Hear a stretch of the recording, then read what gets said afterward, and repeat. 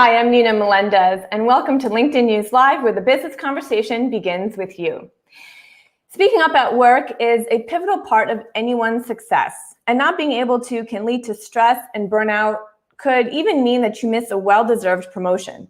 But expressing your opinions, setting boundaries, or having to be the workplace enforcer can mean losing fans. No one wants to work with a bully. So how can you be assertive and still maintain a friendly, effective relationship with your coworkers?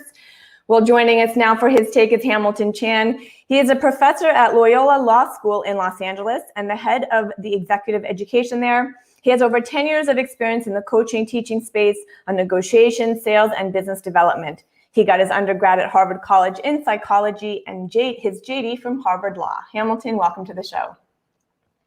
Nina, thank you so much for having me. It's great to be here. It's great to have you. I just want to give a very quick shout out to your LinkedIn Learning course with Kwame Christian from the Negotiation Institute. It was a huge inspiration for the show, and it's a great course. So for those of you watching, you want to check it out.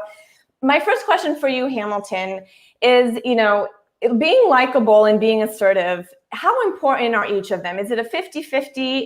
Is one more important than the other? What's your take? Well, I think it depends on each person. And I think leaning into your strength is the right move here. So you really want to, lean into your strength. If you are somebody who naturally likes relationships, who maybe is even a natural people pleaser, then know that that is the thing that's going to get you what you want, but blend in the assertiveness skill. If you're somebody who is very good at being an executor, being aggressive, being assertive, and the people skills, the soft side is where you need the most work, then know that your strength is going to come from being somebody who can get things done.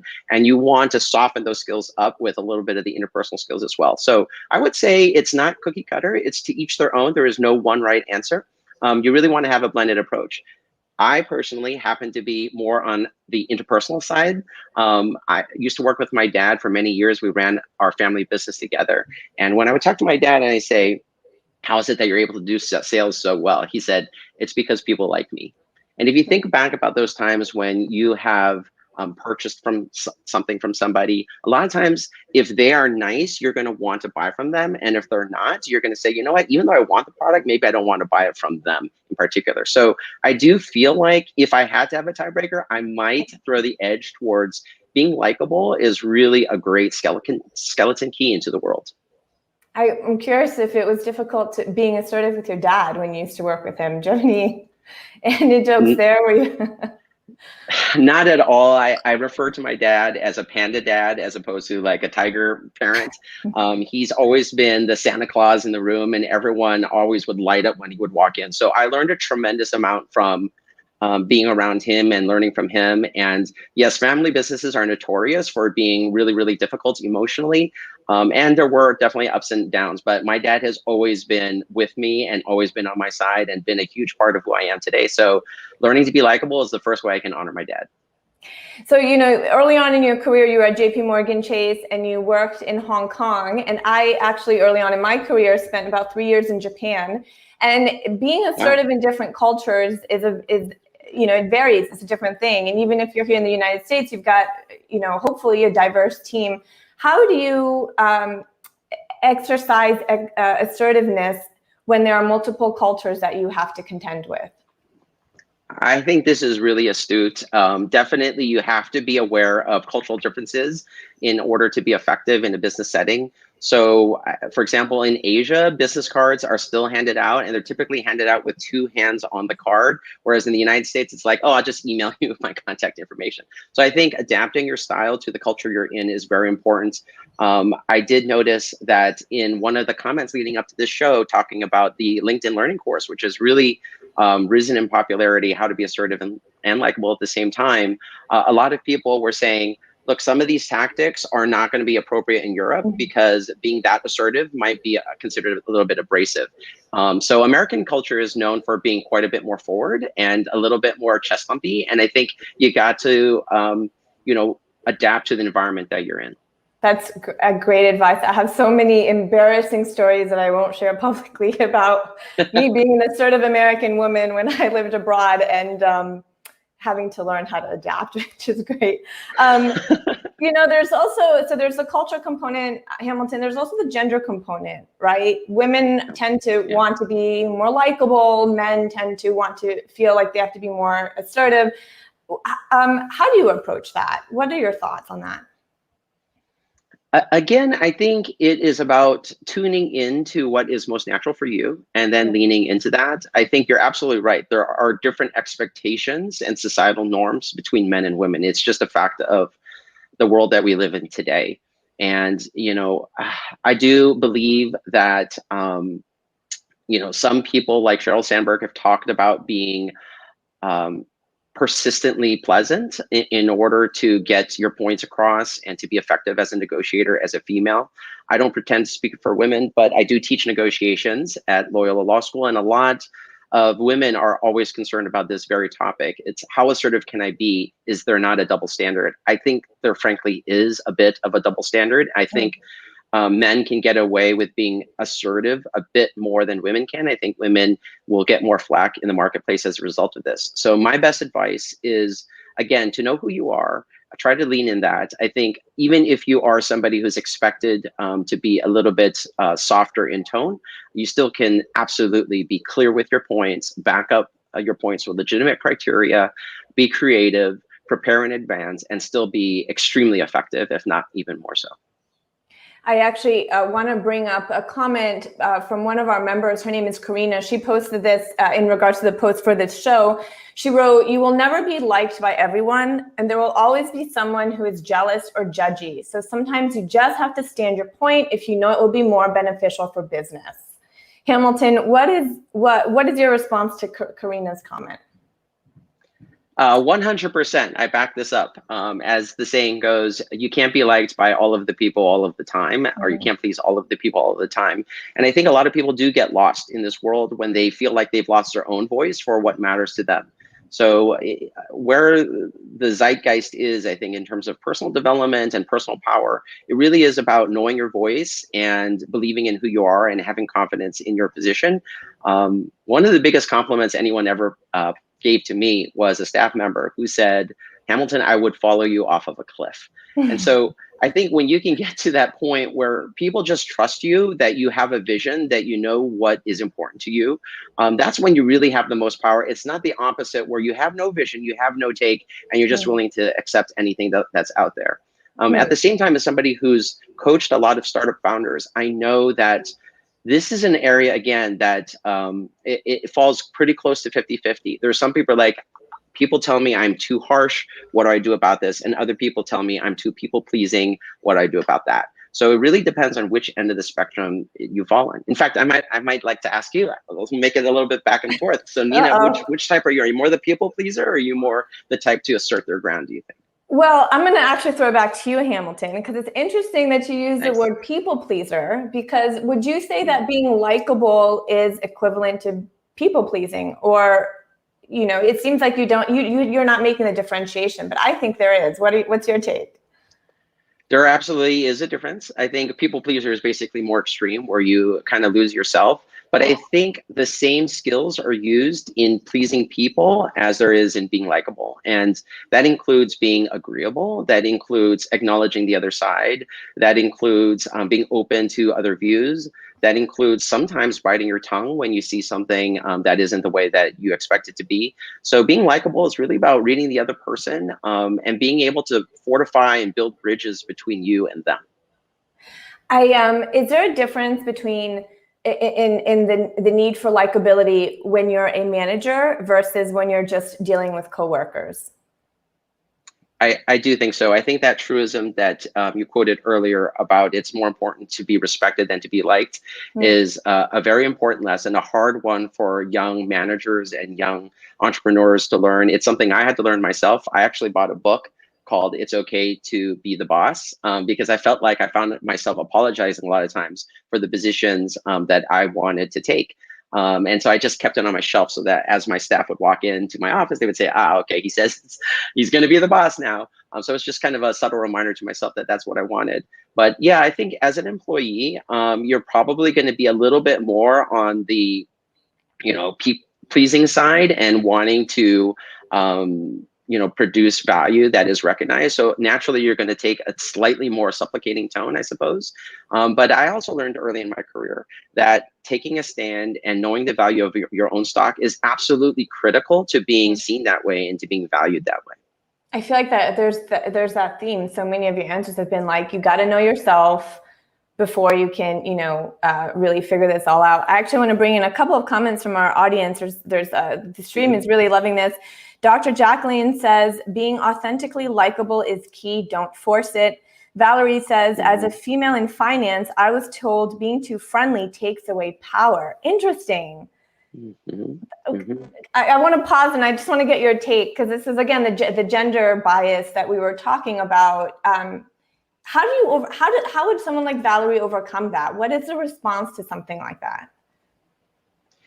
Yeah, I think. And do you agree? Sorry, and do you agree? Is it true that when you're too Absolutely. friendly, you risk being seen as not powerful or not being respected or worthy of respect? There is always a risk that intentions are misunderstood. There's always a risk that people have an agenda that is not surfaced and that is playing out in the background. So I think it's very important to read all the different wavelengths that are occurring and to judge each situation on its own. Definitely finance has traditionally been a very male-dominated world. And I think it is changing, thankfully. I think being too friendly, this reminds me of a time when I was working at JP Morgan. There was an analyst there who told me that she felt like she was not getting the credit that she deserved.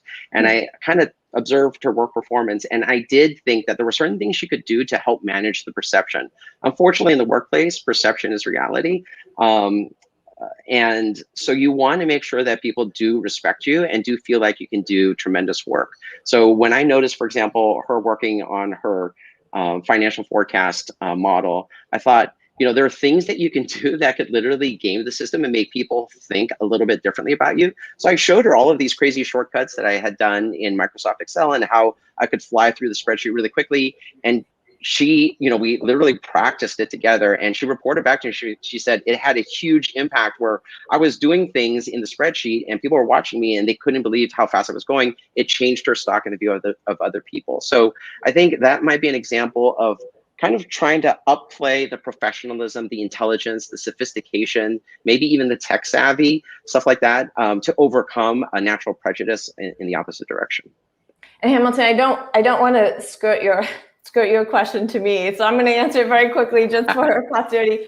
I think that when I come into a job and I'm new, I have very much the mindset of I'm here to get a job done. I just sort of want to get the job done. And then the longer I am at a place, I find myself liking my coworkers and then wanting also to be liked. So it's for me, it's more of a transition into yeah.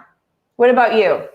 I think that's a terrific answer. And I think what you said is we typically start in one direction and maybe gravitate towards the other.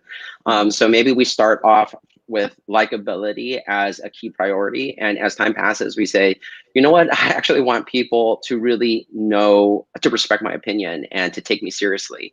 And others might land in the job initially saying, look, I got to focus on professionalism. And this, again, could be reflective of our different characteristics, personalities, gender, all that. So I think that's a great evolution, is start one way and then glom on the other skills that are going to help you appeal as a full person and not as just one or the other.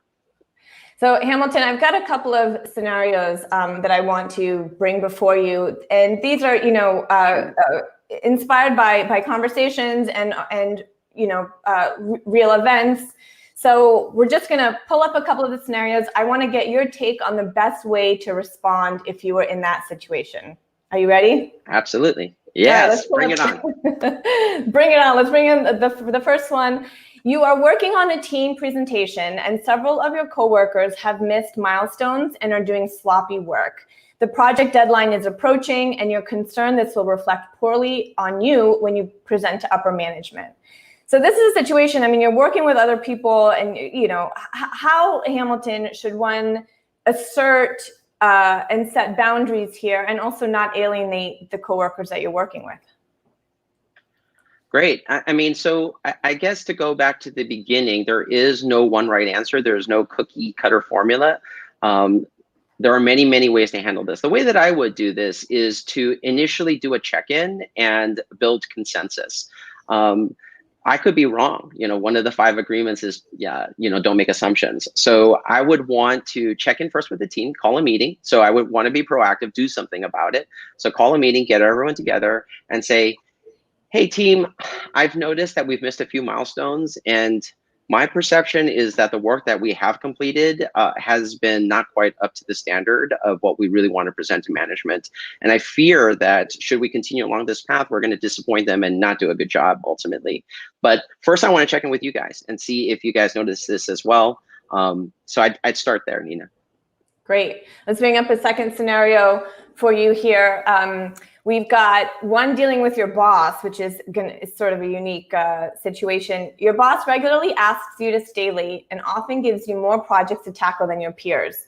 The workload is nearing unmanageable and you're concerned that you're not being set up for success. So I think this one is tricky because, again, you're dealing with your boss and you're also dealing with workload, and you don't want to be that person who says they can't do as much as they're being asked. And also, again, it's your boss. So how assertive can one be with one's boss?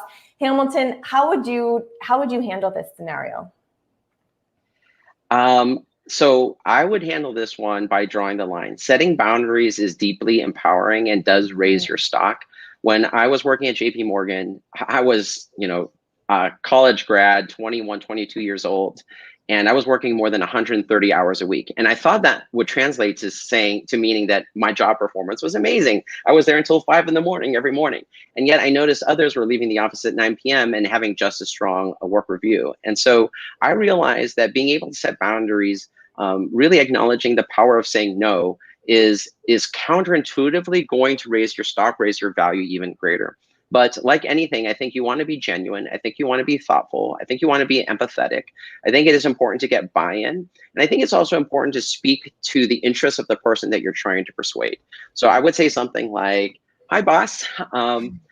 You know that I love working with you, and I'm deeply grateful of the role and all of the responsibility that's coming my way, been coming my way. I want to continue to be doing a good job, and I'm noticing in myself that it is so much that it's becoming unmanageable. So I really want to keep doing as great a job for you as possible and make it sustainable and do, frankly, even better work. In order to do that, I'm going to have to say no on this project and maybe check in with you in a couple of weeks and see if things improve so that I can take on more work. But in the meantime, you know, I want to hear your opinion, but I do feel like I'm going to have to pass on this one for the sake of continuing to do great work for you. That's interesting. So you would straight up say, I'm going to have to say no. So actually saying N-O. I often will go in roundabout ways of saying no, like, well, this isn't really a priority, or how should I prioritize this? But you suggest, to your point of speaking to the interests of the person you're trying to persuade, to directly just say, you know, no, I can't. Yeah, I do. I do think drawing a line in the sand where I say, this is my opinion, I'd like to hear from you. You know, I think that's very important to be respectful to your boss. At the same time, I think it's important to speak with clarity and to make it so that after saying your spiel, people aren't wondering what your position really is. So at least you have the benefit of clarity if you can say firmly that your answer is no. And incidentally, one tactic I would encourage people to do is to prepare in advance. So of course, we're just improvising right here, but people should role play it at home, write down a few bullet points so that when they actually go in, they're armed with arguments. And to really think, I think, again, about framing it so that you can get buy-in from the other side. Because if they see something as a problem, then they can seek to find a solution for it. If they don't see something as a problem, then it's going to be really hard to get them over that line. But yeah, in this case, I would probably say no. And again, I think what stops people sometimes from being assertive is that they think they're being selfish when they are doing that. But actually, I think that they can reframe it and say, I'm being selfless by airing my grievance and letting the other person know. A lot of people find themselves in the trap of being passive aggressive when they're thinking something, feeling something, but not saying something. So really, you're giving someone the gift of knowledge by telling them kind of the playbook, like, oh, I might quit as a result of this. I don't think you would want that. So let me do you a favor and show you the cards that I'm holding. I'm like this close to quitting. I think as a boss, you probably want to know that and avoid it because I'm a star performer. I love that. And I love your point earlier also about speaking with clarity. It's just so incredibly important. We have a comment here, actually a question from Fred in the stream. He's asking, how do you deal with aggressive behavior and belittling attitudes? So, and I want to tag on to that actually, Hamilton. What is the difference, or how can one make sure that when you're being assertive, that you are not perceived as being aggressive? Absolutely. So I think that's where the check-in is all important. In fact, that is one of the questions that I encourage CEOs to ask their staff in a group meeting or even in a one-on-one. It's, what are you thinking but not saying? And then really give it time for them to muster the courage to say something that is actually really valuable feedback for you. But I think, you know, sometimes we're so focused on the messaging, and maybe some people need to focus more on the massaging than the messaging. There's so much art in how to talk to people and reading people. The tone, the vocal inflection, the length of time that you're speaking, you're asking for a check-in and asking for someone to reflect back. For example, you could say in the middle of a difficult conversation, something like, you know, would you mind kind of reflecting back what you heard me say? Because I want to make sure that we're both on the same page here. So that might sound like a pretty strong move, maybe even a bit assertive, but what you're really doing is, once again, you're doing them a favor, and you're doing them the favor of promoting clarity. And you know, actually Fred's comment on aggressive behavior and belittling attitude, specifically the belittling part, I want to bring up our next scenario here. A group of coworkers have gotten in the habit of making you the butt of jokes. It was funny the first time, maybe the second, but now you're worried if you say something, you'll be perceived as being touchy and unable to take a joke.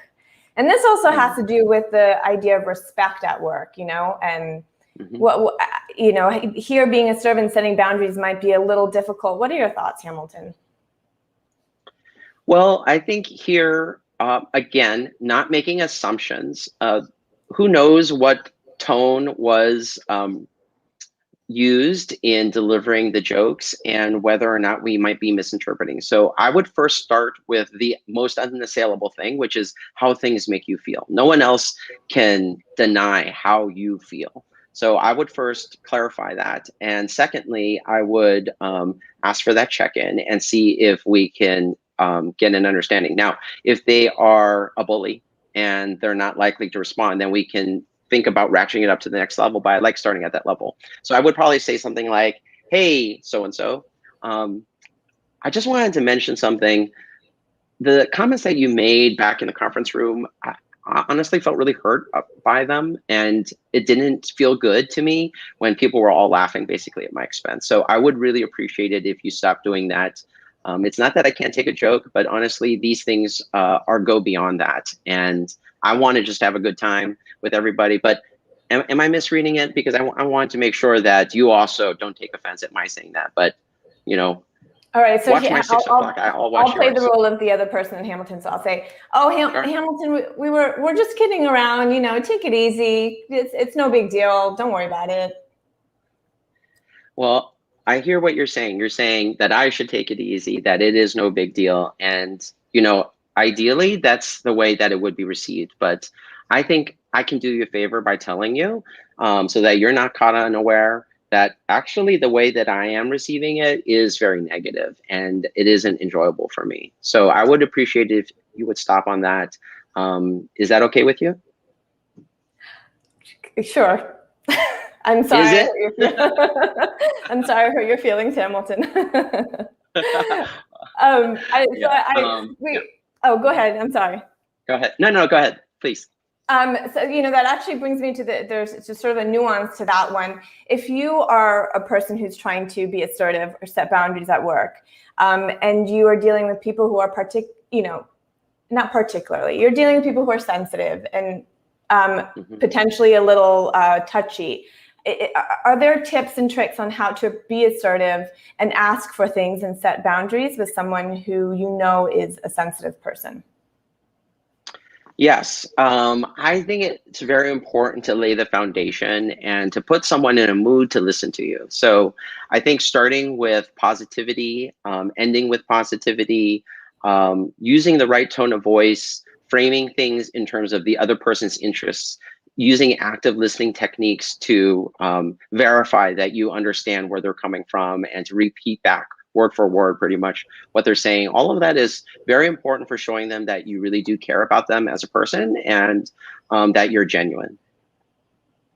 Hamilton, I want to put up one last scenario for you. We're going to have to go forward. So let's go to scenario number 5. I really like this one. Your client who has become a friend over the years often asks for more than what was agreed on.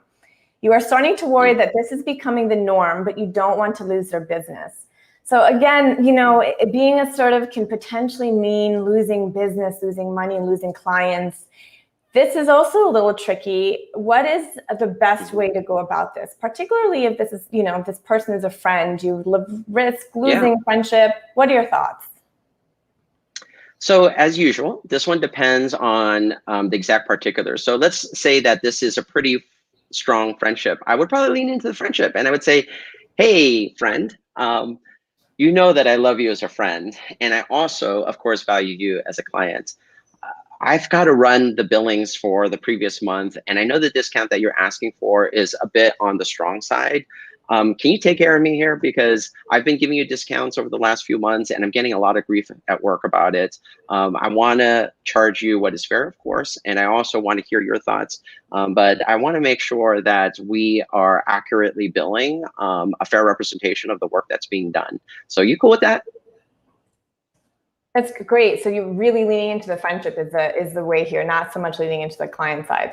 That's great. I want to close with just a couple of thoughts from our members who are watching. Susan says that being assertive depends on the culture, your position, and your personality. So Hamilton, to what you're saying, it really depends on the situation, your own self, and where you're located. Satish says, lack of assertiveness is often the beginning of misunderstanding. People should not say yes when they meant no. And also to your point, Hamilton, it's about speaking with clarity. And Craig says it's best to be direct, open, and clear. Well, yes. Hamilton, it's been great having you on the show. Unfortunately, we have to wrap it here and seeing so many comments, and we could go forever, but we're out of time. It's been my absolute pleasure getting to know you. Thanks so much for joining us on LinkedIn News Live. That was Hamilton Chan. He's a professor at Loyola Law School, and he is also the head of the executive education there. And for those of you who've been participating on the stream, you can continue the conversation here, or you can check out some of our other stories that we have in our news module to the right of your screen, or click into the search box if you're on mobile. Tomorrow we have a special show for you. My colleague Caroline Fairchild will be discussing space travel as Bezos becomes the second billionaire to fly to space in his own aircraft. We're going to break down just what space tourism jobs might look like in the very near future. You won't want to miss that conversation. I'm Nina Melendez. Thanks so much for watching LinkedIn News Live.